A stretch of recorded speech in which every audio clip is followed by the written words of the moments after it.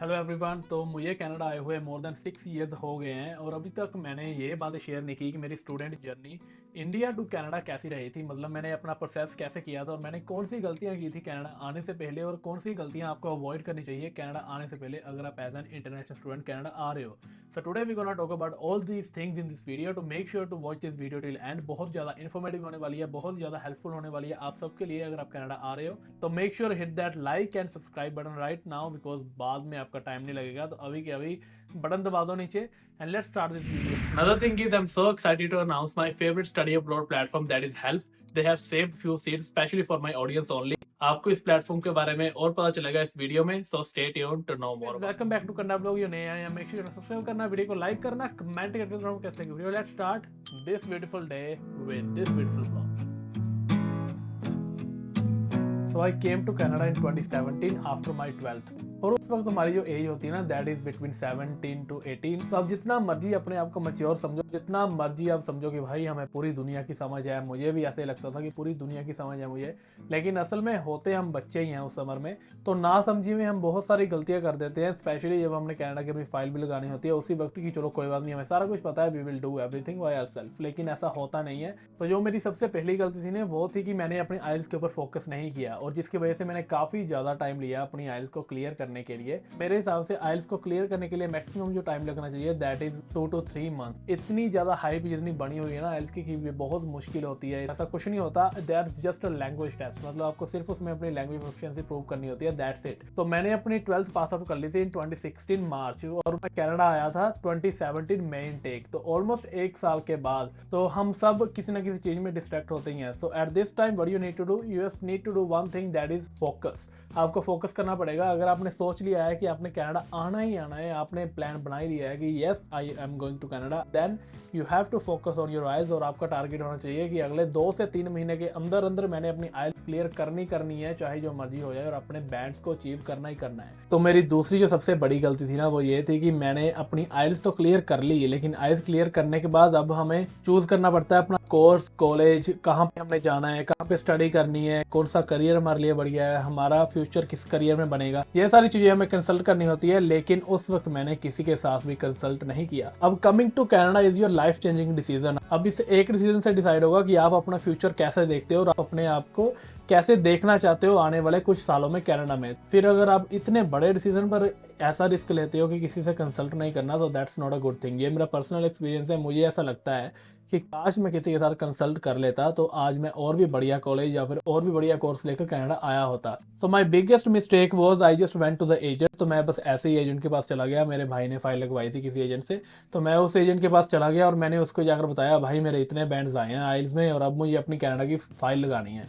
तो उसने मुझे बता दिया कि आप ये वाले कॉलेजेस हैं और ये वाले कोर्सेज हैं, इनमें से कोई एक चूज़ कर लो। अब आपको इतना तो पता ही होगा कि एजेंट्स आपको सिर्फ वही वाले कॉलेजेस बताएंगे जिनसे उनको मैक्सिमम कमीशन मिलता है। ऐसा ही हुआ और मैंने उनमें से कोई भी एक कॉलेज चूज़ कर लिया। मैंने अपनी रिसर्च बिल्कुल भी नहीं की। तो मुझे तो बाद में पता चला कनाडा में आकर कि मेरा कॉलेज इतना बढ़िया नहीं था, उसका मेन कैंपस कहीं और था और मेरा कॉलेज का तो छोटा कैंपस था। लेकिन मोस्ट ऑफ द एजेंट्स जो इंडिया में इमिग्रेशन एजेंट्स जो बने हुए हैं जो कह रहे हैं कि हम आपको कनाडा भेजेंगे, उनमें से बहुत सारे तो कभी कनाडा आए भी नहीं हुए, उन्होंने कभी कनाडा देखा भी नहीं हुआ। तो वो इंडिया में बैठकर आपको कैसे एडवाइस दे सकते हैं कि ये वाला कोर्स आपके लिए बढ़िया है, ये वाला कॉलेज आपके लिए बढ़िया है, right? But don't worry about that, I got you covered here. Introducing help. Help is a platform that is registered with the Canadian government and this platform also funded by the famous tennis player Serena Williams। तो Help is a platform जो आपको college course choose करने से लेकर आपकी PR होने तक help करेगा कनाडा में, and that's all free of cost. यहाँ तक कि अगर आप स्कॉलरशिप्स ढूंढ रहे हो फिर वो आपको स्कॉलरशिप्स दिलवाने में भी हेल्प करेंगे। तो what makes help different from another Indian agents?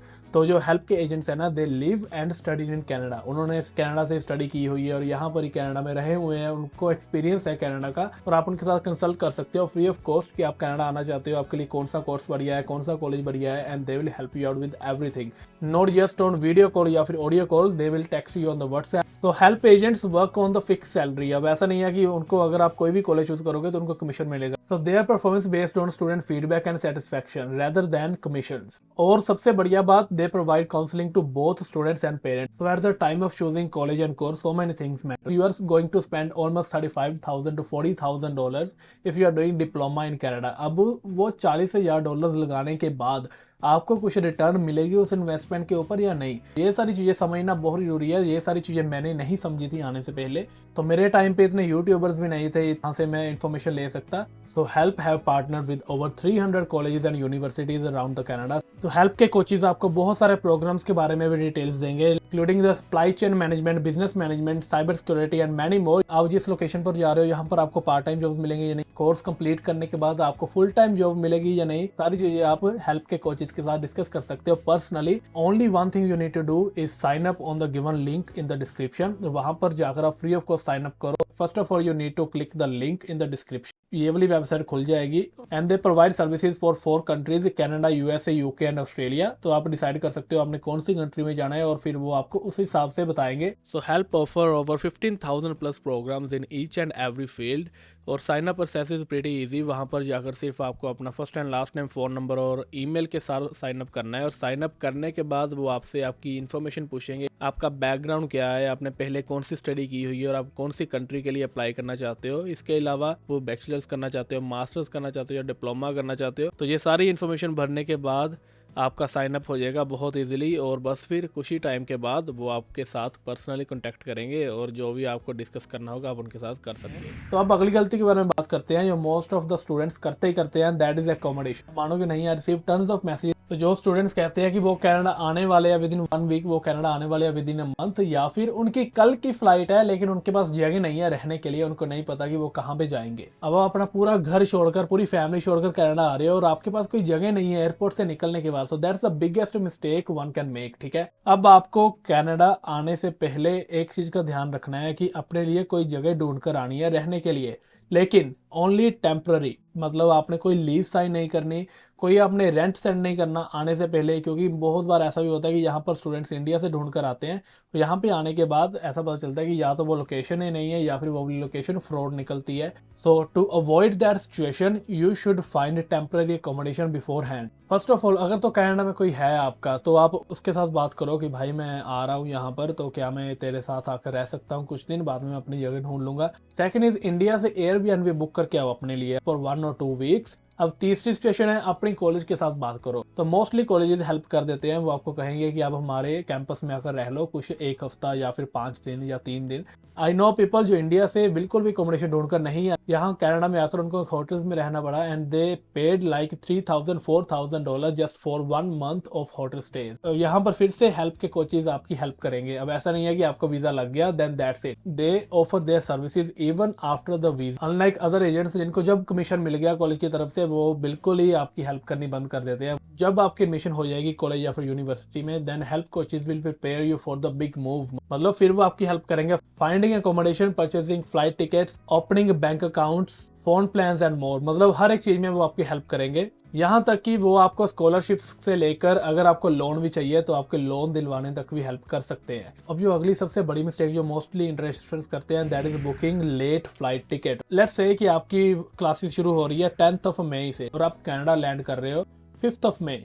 बीच में कितना टाइम बचा? सिर्फ 5 दिन का टाइम बचा। अब आप अगर किसी नई जगह पर आ रहे हो, you need at least a month to settle down, क्योंकि जब कोई इंटरनेशनल स्टूडेंट नया आता है बहुत सारी चीजें करने वाली होती है, including opening a bank account, यहाँ तक कि अपना सिन नंबर लेना, अपने कॉलेज की ओरिएंटेशन अटेंड करना। तो ऐसी बहुत सारी चीजें होती हैं जो आपको करनी पड़ती हैं, लेकिन अगर आप 5 दिन पहले आओगे तो फिर कुछ भी नहीं कर सकोगे। तो मेक श्योर आप कम से कम 20 से 25 दिन पहले कनाडा में आ जाना अगर आपके पास इनफ वीजा है। अब इसके लिए आपको क्या करना है कि अब मेक श्योर कि आप अपना वीजा जल्द से जल्द अप्लाई कर दो। सोचा हुआ है कि आपने जनवरी इनटेक में आना है तो फिर आप प्रोसेस थोड़ा जल्दी शुरू कर दो, क्योंकि अभी कौन सा मंथ हो गया, जून हो गया है। You should start your process by now अगर आपने जनवरी इनटेक में कनाडा आना है। अब जो अगली जो सबसे बड़ी मिस्टेक है जो मैंने की थी और मुझे लगता है कि most of the students Canada आने से पहले करते हैं ना, that is not utilising the time accordingly. Visa apply करने से लेकर कनाडा आने के बीच में जो टाइम होता है उसमें कुछ भी नहीं करना होता, ऑलमोस्ट फ्री होते हैं। अब वो वाले टाइम को सही तरीके से यूज करना ये बहुत बहुत जरूरी है। या तो आप ऐसी स्किल सीख लो जो यहाँ पर आकर आपको पैसे बनाने में काम आए, या तो आप ऐसी स्किल सीख लो जो कि यहाँ पर आकर आपको पैसे बचाने में काम आए। अगर तो आप कुछ मेजर नहीं सीखना चाहते, just learn the basic things, जो मैं सोचता हूँ कि अगर मैं सीख कर आ जाता तो आज मेरे काफी ज्यादा पैसे सेव होते। सो फॉर द बॉयज, अगर आप कनाडा आ रहे हो तो अपनी बियर ट्रिम करनी सीख कर आओ। अपने आप अपने बाल कैसे काट सकते हैं, अपना हेयर कट कैसे कर सकते हैं, और अगर आपको ये आता हो तो फिर आप पैसे बचा तो सकते ही हो और इसके साथ साथ अपने फ्रेंड्स का हेयर कट करके पैसे कमा भी सकते हो। और लड़कियों के लिए अपने लिए सारा कुछ सीख कर आओ कि अपनी वैक्सिंग कैसे करते हैं, अगर आप करती हो अपनी अपनी वैक्सिंग कैसे करती हैं, आईब्रोज वगैरह क्या करते हैं, मेकअप वगैरह कैसे, अगर जो भी आपका है ना ऐसी चीज़ें यहाँ पर आप अपने ब्यूटी पार्लर वगैरह पर जाकर पैसे खराब करते हो, वो सारी चीज़ें पहले से सीख कर आओ ताकि यहाँ पर आकर आप पैसे बचा सको। सिर्फ इतना ही नहीं, हो सकता है कि आप 1 साल बाद 1.5 साल बाद इतने ज़्यादा प्रोफेशनल हो जाओ ऐसी चीज़ों में कि आप पैसा कमाना शुरू कर दो, राइट, कुछ भी हो सकता है। अब अगली चीज़ आपने क्या करनी है, अगली चीज़ है अपनी मम्मी पापा से कुछ बातें सीखनी।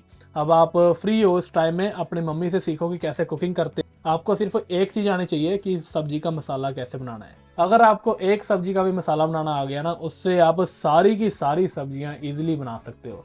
एक अपनी मम्मी से मसाला बनाना सीखो, एक चावल कैसे उबालते हैं, एक रोटी कैसे पकाते हैं, और हाँ, एक दाल कैसे बनाते हैं। अब दूसरी चीज़ आपने अपने पापा से सीखना है। उनसे पूछो कि मैं कनाडा में जाकर अपने पैसे कैसे बचाऊं, वहां पर जाकर मैं अपने पैसे कैसे सेव करूं, और उनसे पूछो कि how to manage my expenses. अब एक जो मेरी सबसे बड़ी गलती थी जिसने मुझे बहुत तंग किया कनाडा आने के बाद, दैट वाज पीआर। कि मैंने सोचा नहीं था आने से पहले इंडिया से कि मेरी पीआर कैसे होगी, या फिर मैंने कनाडा में आकर ये नहीं सोचा था कि मेरी स्टडी के बाद मेरी पीआर कैसे होगी। अब पीआर लेने के लिए बहुत सारी चीज़ें मैटर करती हैं, लाइक आप कौन सी प्रोविंस में आ रहे हो, आपने इंडिया में 12th की हुई है या फिर ग्रेजुएशन की हुई है, आप कौन सा कोर्स ले रहे हो और आपका कोर्स कितने साल का है, बहुत सारी चीज़ें मैटर करती हैं। At this point help coaches are there as well. वो जैसा कि मैंने आपको पहले ही बताया, वो आपकी स्टडी से लेकर पीआर होने तक हर एक चीज में हेल्प करेंगे। स्टडी वीजा लगने के बाद they will hand over your file to their partners like immigration lawyers and RCIC licensed agents in Canada. तो मुझे लगता है कि ये सारी अगर आप गलतियों से बचकर रहोगे ना, अगर आप ये सारी चीज़ें अच्छे से कर लोगे तो फिर कनाडा में आकर आपको कोई नहीं हरा सकता। तो भाई मुझे ऐसा लगता है कि अगर मेरे टाइम पे इतना बढ़िया प्लेटफॉर्म होता ना, तो मैं 1 मिनट भी नहीं लगाता उस पर साइन अप करने में, और वो भी फ्री ऑफ कॉस्ट। क्योंकि मुझे पर्सनली ऐसा लग रहा है कि बहुत बढ़िया प्लेटफॉर्म है, और अगर आपकी इतनी सारी हेल्प फ्री ऑफ कॉस्ट हो रही है यार, और क्या चाहिए बंदे को। So you can go ahead and sign up using my link in the description and experience the personalized support and guidance offered by the help coaches। तो बस फिर आज की वीडियो यहीं पे ख़त्म करते हैं। अगर आपको पसंद आई तो मेक श्योर लाइक करना, कमेंट करना, और मुझे बताना कमेंट करके अगर आप कनाडा आ रहे हो या नहीं आ रहे। And I hope you are doing well, stay home, stay safe, keep watching Canada blog, see you in the next blog guys.